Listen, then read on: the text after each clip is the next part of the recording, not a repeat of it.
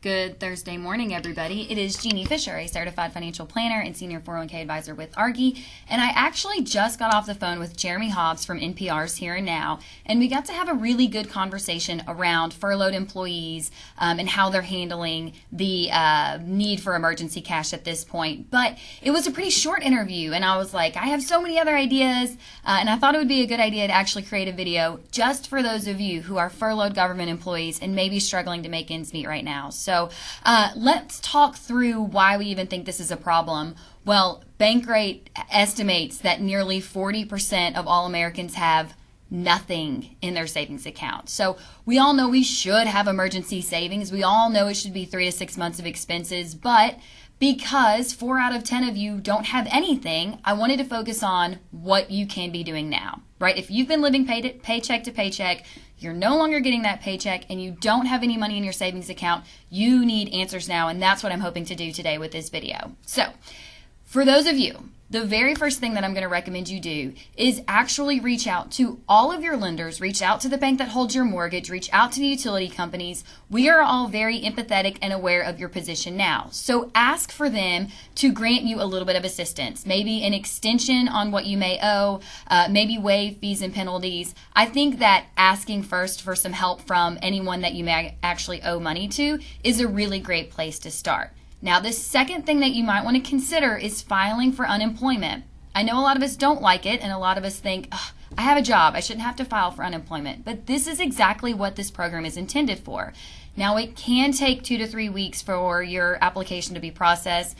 There are some reports of delays because it's a federal program, and it too is affected by the government shutdown. But there's no harm in starting the process. That way, if this unfortunate furlough does extend for a long period of time, at least you've got the ball rolling on your unemployment.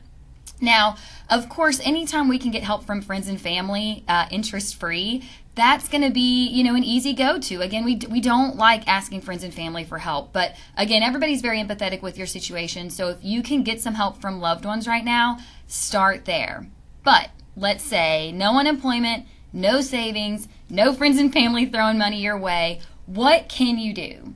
Well, one of the first places I actually recommend you look is the equity in your house. So I'm talking about your HELOC, or your home equity line of credit. It's a revolving line of credit that you can access if you have equity in your home.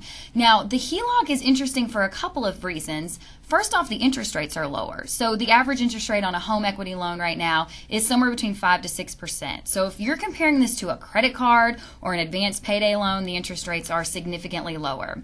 Now, we did lose an advantage we used to have. You used to be able to deduct that interest on your taxes even if the money was being used for like a general living expense issue. We have lost that ability, so if you're taking the money out to support your lifestyle today, you won't be able to deduct the interest that you're paying, but it's still a lower interest rate. Now, there can be fees and closing costs for actually opening up the HELOC, but if you already have one open, that may be a really good place to tap into some emergency funds. The next thing that you can look at is the Thrift Savings Program. Now, I'm speaking directly to the defined contribution plan offered by the federal government. Yes, that program does allow for general purpose loans. Now, typically, we're not here advocating for loans, but listen, we're talking about you are in between a rock and a hard place, and when there's an emergency, and your TSP plan does allow for loans. Now, there was a really kind of gray period where everybody wasn't really sure if we'd be able to access these loans, or what if you already have a loan through your TSP program, because payments are made through your pay, and you technically, in the document, aren't allowed to request a loan if you're not in what is active pay status.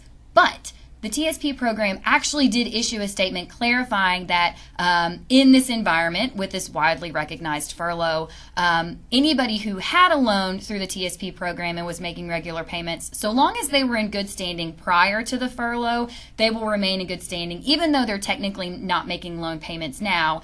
And they did explain that this grace, I guess you would say, that they're extending to current loan holders would extend to anybody accessing a new loan. So even though you're technically not in active pay status now, you do have the ability to take a loan from your TSP program if you need it, just for general reasons. Now, we of course want you to pay it back, and I think that's maybe why we appreciate the loan status in a retirement plan, because you are going to be set back up on regular payments to pay it back. Now, every option here is going to have a pro and con, right? We're just looking for those where you are in a rock and a hard place and you need some help.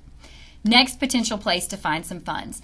If you have a Roth IRA that has been open for 5 years, there is the potential that you can withdraw your contributions. Now, this doesn't extend to the growth and earnings on that account, but regardless of age, if the account has been open for 5 years and it's a Roth IRA, you can take your contributions out, potentially tax and penalty free. Now, the reason I kind of put this one behind the thrift savings loan is because you're not required to pay this Roth distribution back, whereas the TSP loan you would be put back on a repayment schedule. So the financial planner in me likes the idea that the TSP loan has that repayment schedule in it.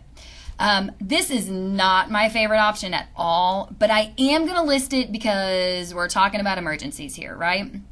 Traditional IRAs, if you don't have a Roth, okay, and you've not been saving in the TSP and you have nothing else, but you do have a traditional IRA or an old 401k from an old employer that you can roll into a traditional IRA, there is a feature where you can take a distribution, and so long as you pay it back within 60 days, then you won't have to pay the penalties and taxes. Now, whew, y'all, that is a fine line. Like, you have 60 days. We have no idea how long this government shutdown will last. We have no idea when you will actually get your back pay or anything like that. But I couldn't ignore this option out there. So a 60-day window to basically take the money out, but then put it right back in without penalties and taxes potentially. So all of these are going to have, like I said, pros and cons. Talk to your certified financial planner. Talk to your CPA. I don't want you to think that you have no options. Right? Like, I hear people are starting to drive for Uber now. Side gigs are happening for our furloughed employees. But you know what? Here's some real potential answers in a real emergency situation. So check out the interview on Here and Now. Hopefully we gave you some more expanded information in this video today. Share this with any government workers you know that might be affected. Hopefully they'll get something valuable out of it. Thank you so much, and we will be back again soon with another video. I hope that you guys all have a wonderful week.